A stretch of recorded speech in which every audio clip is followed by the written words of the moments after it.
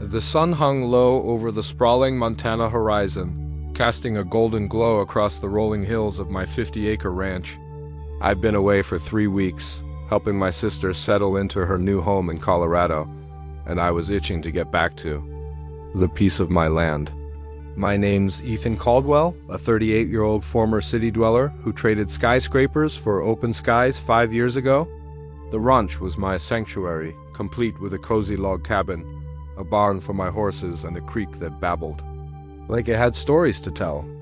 But when I pulled up to my property that evening, earlier than planned, I found chaos where calm should have been. A sleek black SUV was parked in my driveway, and a woman in a crisp blazer was gesturing wildly to a couple in front of a for sale sign staked in my front yard.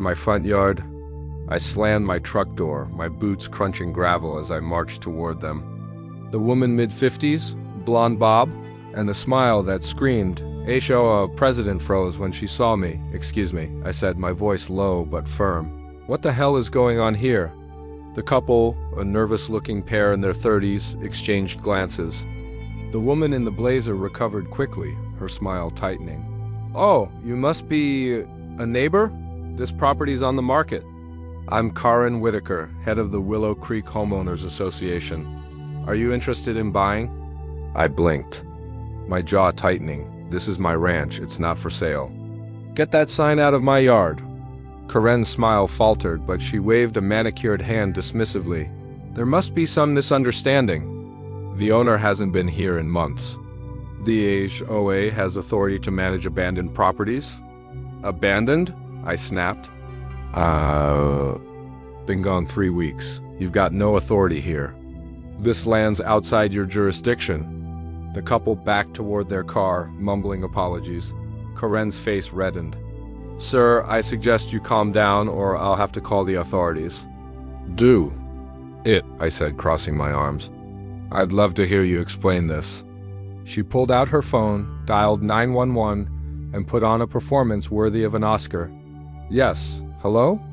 There's a trespasser on the property at 142 Willow Creek Road. He's aggressive and refusing to leave. Please send someone immediately."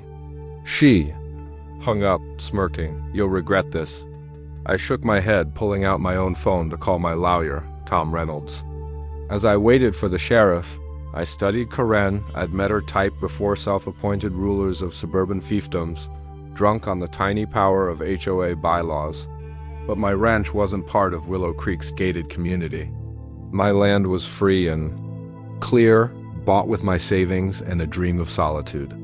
How she thought she could sell, it was beyond me. Sheriff Don Harper arrived 10 minutes later, his cruiser kicking up dust. Don and I went way back. He'd helped me settle a boundary dispute with a neighbor when I first moved in. He tipped his hat, his eyes narrowing at Karen. "Ethan, what's the trouble?" "Don, this woman's trying to sell my ranch. Put up a sign and everything." Karen stepped forward, clutching a clipboard. "Sheriff, this man is trespassing. The HOA has deemed this property abandoned due to neglect. We're within our rights to auction it for the community's benefit." Don raised an eyebrow. "Abandoned? Ethan, you've been gone long?" 3 weeks, I said.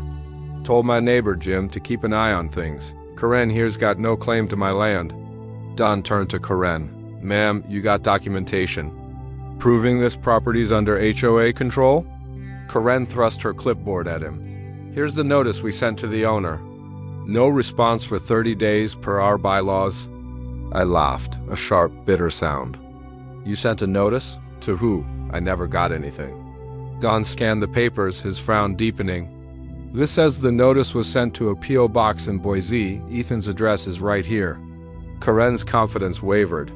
"Well, the records must be outdated. But the property's clearly neglected overgrown grass, unmaintained fences. It lowers our community's value."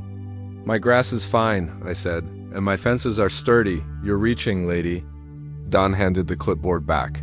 "Ma'am, this ranch ain't part of your HOA. Ethan's deed is clean.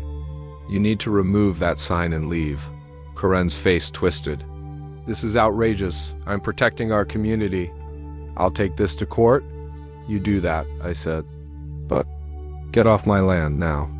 She stormed to her SUV, yanking the sign from the ground and tossing it into her trunk.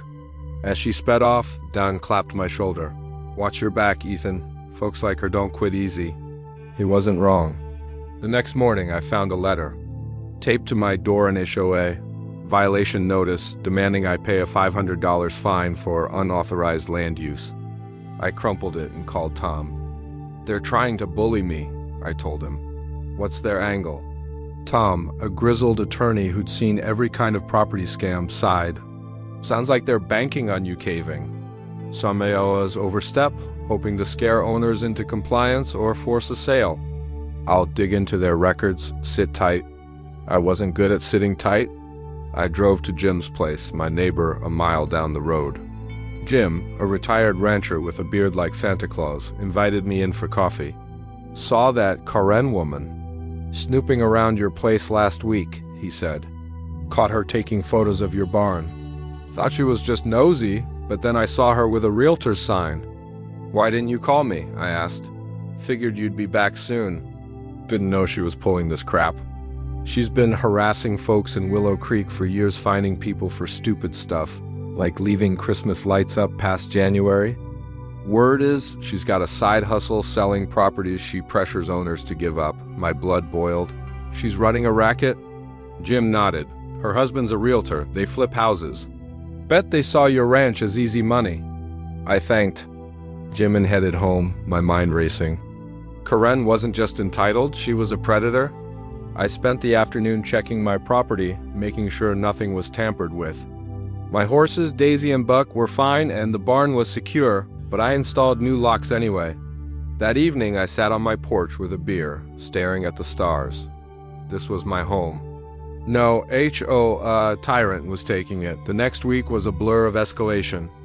Karen sent more notices, each more absurd than the last fines for excessive livestock, my 2 horses, unapproved structures, my 20-year-old barn, and even noise violations, the creek apparently. I ignored them, forwarding everything to Tom. Then, one morning, I woke to find my mailbox stuffed with flyers advertising an exclusive auction for my ranch, scheduled for the following Saturday. I called Tom, furious. "They're still trying to sell my land." "I found something," Tom said. "Karen's AO has a history of shady dealings. They've foreclosed on properties for minor violations, selling them through her husband's firm. There's a loophole in state law that lets HOAs claim abandoned properties, but it doesn't apply to non-members like you. I'm filing an injunction to stop the auction. Can we sue?" I asked. "Oh, we'll sue," Tom said. "But first, let's catch her in the act." Tom's plan was simple. Let Karen think the auction was going forward, then show up with proof of ownership and expose her. I hated the idea of strangers traipsing through my home, but I trusted Tom. Saturday morning, I parked my truck at Jim's and hiked back to my ranch, staying out of sight. By noon, cars lined my driveway, buyers, realtors, and Karen's husband. A slick guy in a cheap suit. Karen stood on my porch, holding court like she owned the place. "Ladies and gentlemen," she announced, "this 50-acre gem is a rare opportunity. Perfect for development or a private estate. Bidding starts at $300,000. I stepped out from behind the barn, Tom and Dan at my side. "Auction's over," I said, loud enough for everyone to hear. "This is my ranch. You're all trespassing." "The..." crowd murmured. Karen's face went white. "You again?" "Sheriff, arrest him." Dan shook his head. "Ma'am, Ethan's got his deed right here. This auction's illegal." Tom handed out copies of my title and a cease and desist order. "Mrs. Whitaker, you violated multiple laws, including fraud and trespassing. We're filing charges," Karen sputtered. "This is a misunderstanding. I was acting in the community's interest." "Save it for court," I said. "Get off my property." The buyers scattered and Karen's husband tried to slink away, but Dan stopped him. "You're both coming to the station for questioning." As they were led away, I felt a weight lift. My ranch was safe for now. Over the next month, Tom built a case against Karen and her husband. We uncovered emails showing they'd targeted my property for months, forging documents to claim it was abandoned. They'd done the same to others, pocketing profits from forced sales. The state attorney general got involved, and the Willow Creek HOA was dissolved. Karen and her husband faced charges of fraud, conspiracy, and embezzlement. Their real estate licenses were revoked, and they were ordered to pay restitution to their victims, including me. I used my share to build a new fence stall, sturdy and unmistakably mine. The ranch is quieter now. I ride Daisy along the creek, the sun setting behind the hills.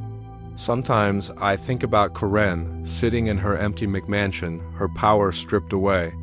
Entitled people like her thrive on control, but they crumble when you fight back. My lens. Not just a place, it's a promise I made to myself.